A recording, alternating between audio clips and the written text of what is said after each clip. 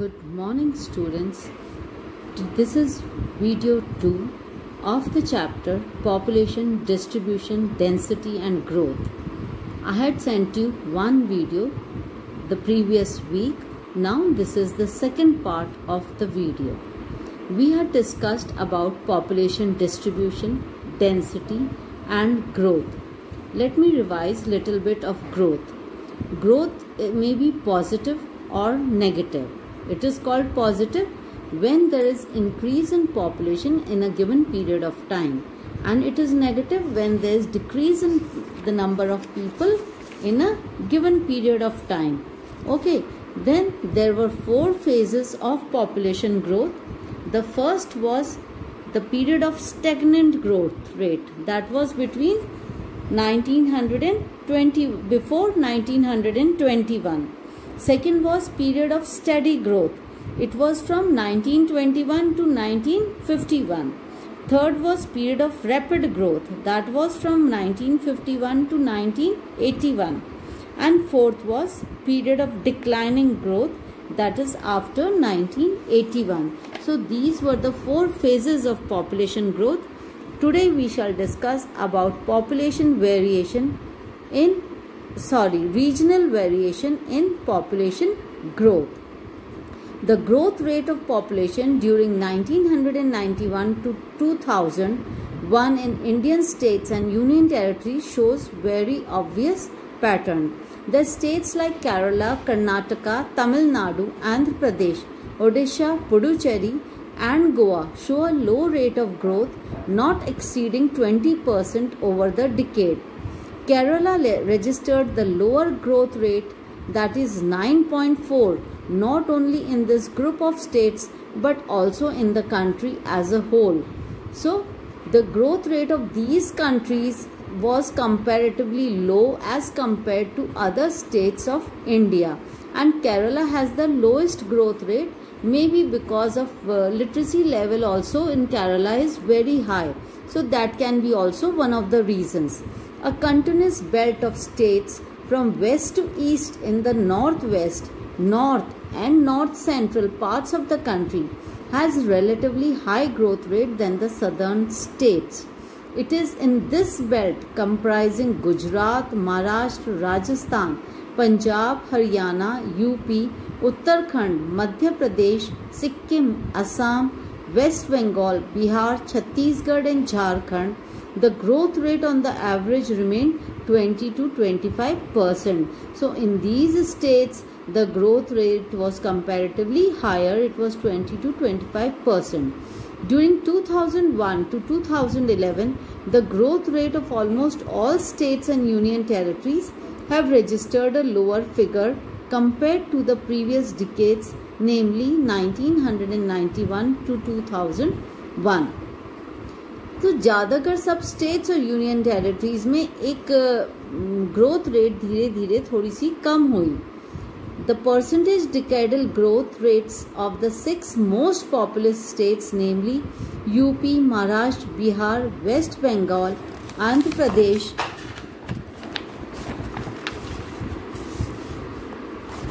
and Madhya Pradesh, have all fallen during 2001 to 11.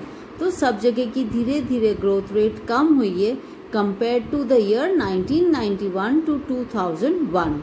The fall being the lowest for Andhra Pradesh 3.5% and highest for Maharashtra 6.7%. Tamil Nadu 3.9%, Puducherry 7.1% have registered some increase during 2001 to 2011 over the previous decade. ठीक है ना, समझ में आया सबको इतना तो कि ग्रोथ रेट धीरे धीरे पिछले कुछ लास्ट डिकेड से थोड़ी कम होने लगी है. Take the population growth rate of the districts, selected districts of your respective states for total male and female population and represent them with the help of a composite bar graph. You can make the bar graph in this way. An important aspect of population growth in India is the growth of its adolescents. At present, the share of adolescents, that is up to the age group of 10 to 19 years, is about 20.9% in 2011.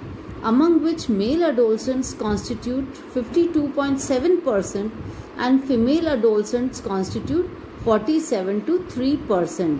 तो adolescents किनको कहते हैं? 10 to 19 years की as के बीच के जो बच्चे होते हैं they are called adolescents. और इन adolescents में हमारे यहाँ male adolescents का नंबर ज़्यादा है as compared to female adolescents. The adolescent population, though regarded as the youthful population, have high potential, but at the same time they are quite vulnerable if not guided and channelized properly. तो इसका मतलब हुआ कि ये adolescent जो population है इनमें बहुत potential है. They can do lot many good things, but they are always at risk if they are always vulnerable if they are not guided and channelized properly. अगर उनको proper guidance नहीं मिलेगी तो गलत रास्ते भी जा सकते हैं. There are many challenges for the society as far as these adolescents are concerned, some of which are lower age at marriage, illiteracy, particularly female illiteracy, school dropouts, low intake of nutrients, high rate of maternal mortality of adolescent mothers, high rate of HIV and AIDS infections, physical and mental disability or retardedness, drug abuse and alcoholism, juvenile delinquency and committance of crimes. तो जो adolescents भटक जाते हैं कई बार वो गलत राह पे चल जाते हैं या कई बार उनका डाउनफॉल हो जाता है. उसका कई कारण है, जैसे कि लोअर एज में उनकी शादी हो जाती है, बहुत कम एज में उनकी शादी कर दी जाती है. देन इलिटरेसी, एजुकेशन लेवल उनका कुछ नहीं होता है. Then specially female literacy, female अगर इलिटरेट होती हैं तो वो they are not able to handle situations. School drop outs, school छोड़ देते हैं बीच में और फिर फालतू के कामों में लग जाते हैं. Low intake of nutrients, proper nutrient intake नहीं होता है. High rate of maternal mortality of adolescent mothers, young age में जब लड़कियां मदर्स बन जाती हैं ड्यू टू इलीगल सेक्स और may be some other reasons, तो वो भी वन ऑफ द रीजंस है. Then high rate of HIV and AIDS infections in this age. And then physical and mental disability, physical कोई भी disability हो या mental कोई रिटार्डेडनेस हो, मेंटली वो बच्चे ज़्यादा हेल्दी नहीं होते हैं, ड्रग्स लेने लग जाते हैं, अल्कोहल लेने लग जाते हैं. जुवेनाइल डेलिंक्वेंसी इस एज में जो क्राइम्स करते हैं बच्चे, मर्डर्स में इन्वॉल्व हो जाते हैं, तो that all comes in juvenile delinquency and committance of crimes. So इन सब चीज़ों से बच्चों को बचाना बहुत ज़रूरी है. And as a mentor and as a teacher I assure you, if you children also have any problem, you can always come to me and take my guidance. You should not involve yourself in illegal practices or criminal activities because they will ruin your future. So 10 to 19 years of age, children are very vulnerable. They are at risk for many things actually in which they should not involve. Though many students have proper guidance from their parents, from their teachers, and they always follow the correct path. So I also wish this for all of you. In view of these, the Government of India has undertaken certain policies to impact proper education to the adolescent groups so that their talents are better channelized and properly utilized. Government of India ने कुछ ऐसी policies बनाई है कि जिससे ये adolescent group जो है उनके टैलेंट्स का एक बेटर चैनल मिल जाए, उनको दे आर बेटरली चैनलाइज्ड और उनके टैलेंट्स को हम यूज़ कर सकें.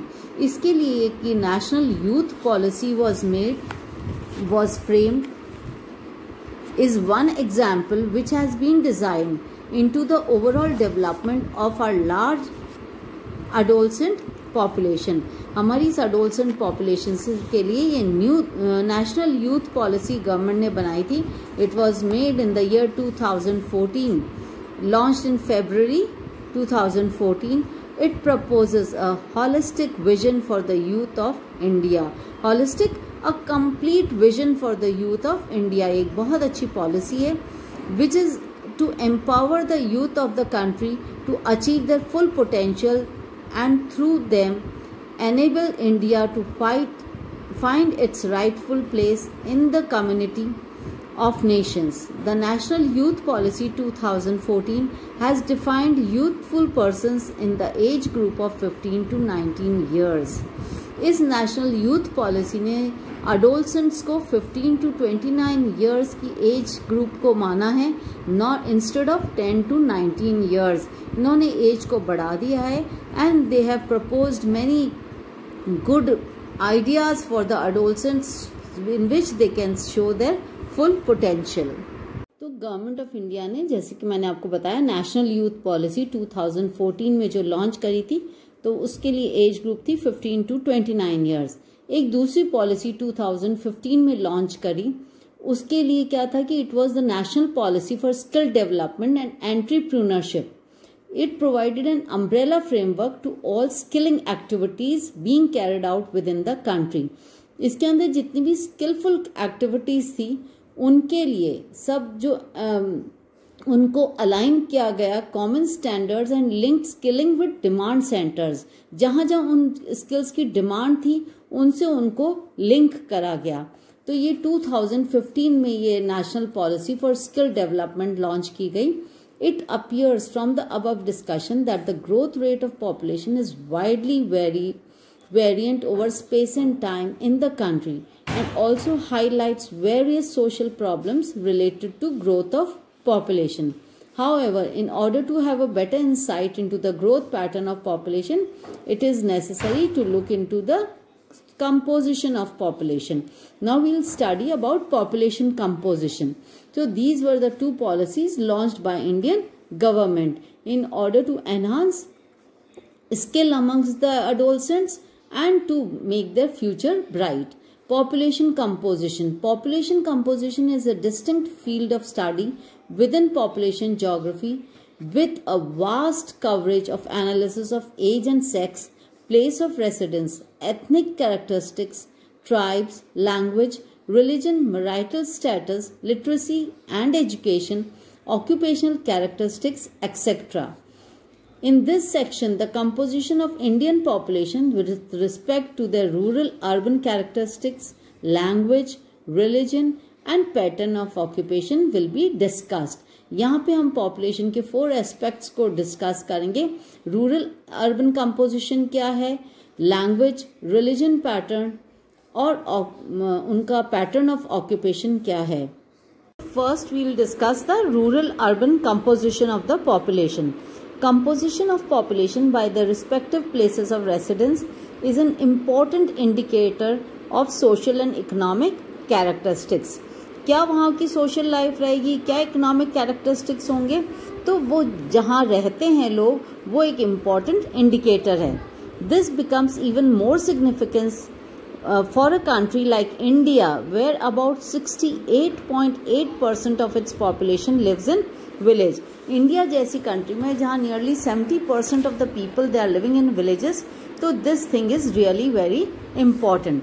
Do you know that India has 6,40,867 villages according to the census in 2011, out of which 5,97,608, that is 93.2%, are inhabited villages.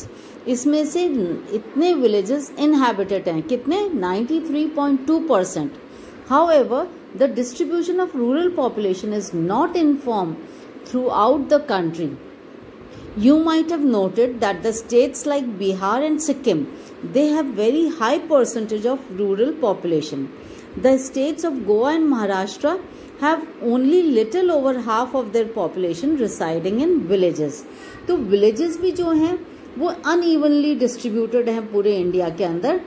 जैसे कि बिहार और सिक्किम में रूरल पॉपुलेशन ज़्यादा है, वहाँ पे ज़्यादा villages में लोग रहते हैं as compared to Goa and Maharashtra. The union territories on the other hand have smaller proportion of rural population except Dadar and Nagar Haveli. Dadar and Nagar Haveli, वहाँ पे कितना है? 53.38%. The size of villages also varies considerably. It is less than 200% in the hill states of northeastern India. In northeastern India, वहाँ पे 200% हिल states में रहते हैं. Western Rajasthan in run of Kutch and as high as 17,000 persons in the states of Kerala and in parts of Maharashtra. कहीं कहीं पे 200 persons हैं, कहीं कहीं पे 17,000 persons तक हैं. A thorough examination of the pattern of distribution of rural population of India reveals that both at intra-state and interstate levels, the relative degree of urbanization and extent of rural-urban migration regulate the concentration of rural population. तो migration भी जो rural से urban areas में लोग जा रहे हैं तो उसका भी वो भी रेगुलेट करता है कि किस जगह कितने लोग कॉन्सेंट्रेटेड हैं. लोग इंट्रा स्टेट मूवमेंट भी होता है और इंटर स्टेट भी मूव करते हैं. तो ये सब पैटर्न बहुत इफेक्ट करता है कि टोटल रूरल पॉपुलेशन कितनी है. You have noted that contrary to the rural population, the proportion of urban population, that is 31.16% in India, is quite low, but it is showing a much faster rate of growth over the decades. The growth rate of urban population has accelerated due to enhanced economic development and improvement in health and hygienic conditions. हालांकि urban population की growth rate अब बढ़ रही है क्योंकि अब economic development भी हो रहा है और बेटर हेल्थ फैसिलिटीज और hygienic conditions are now available. The distribution of urban population too, as in the case of total population, has a wide variation throughout the country. Appendix 4 में आप देख सकते हैं कि वहाँ क्या वेरिएशन है अर्बन और रूरल पॉपुलेशन का. It has been noted that in union territories, the urban population has increased considerably. So, this indicates both development of urban areas in terms of socio-economic conditions and an increased rate of rural-urban migration. उसका कारण है कि better socio-economic conditions हैं और rural area से बहुत लोग migrate कर रहे हैं. 2 रीजंस हैं अर्बन माइग्रेशन बढ़ने, अर्बनाइजेशन इंक्रीज होने का. The rural urban migration is conspicuous in the case of urban areas along the main road links and rail roads in the north Indian plains. North Indian plains में जो main road links हैं और rail roads हैं वहाँ पे ये एग्लोमरेशंस ज़्यादा देखने को मिलते हैं. The industrial areas around Kolkata, Mumbai, Bangalore to Mysuru, Madurai to Coimbatore, Ahmedabad to Surat, Delhi to Kanpur and Ludhiana to Jalandhar. In areas पे भी बहुत अर्बनाइजेशन इंक्रीज हो गया है because of may be favourable road routes and rail routes. In the agricultural stagnant parts, जहाँ पे agriculture नहीं हो सकती है, स्टेगनेंट एरियाज हैं of the middle and lower Ganga plains, Telangana, non-irrigated western Rajasthan, remote hilly, tribal areas of northeast, along the flood-prone areas of peninsular India and along eastern part of Madhya Pradesh, the degree of urbanization has remained low. In areas में urbanization low है क्योंकि वहाँ irrigation facilities नहीं है, वहाँ पे may be soil fertile नहीं है वहाँ पे, और दूसरी बहुत प्रॉब्लम्स हैं, वहाँ फ्लड्स बहुत आते हैं. तो इस वजह से वहाँ पे अर्बनाइजेशन बिल्कुल नहीं हुआ है.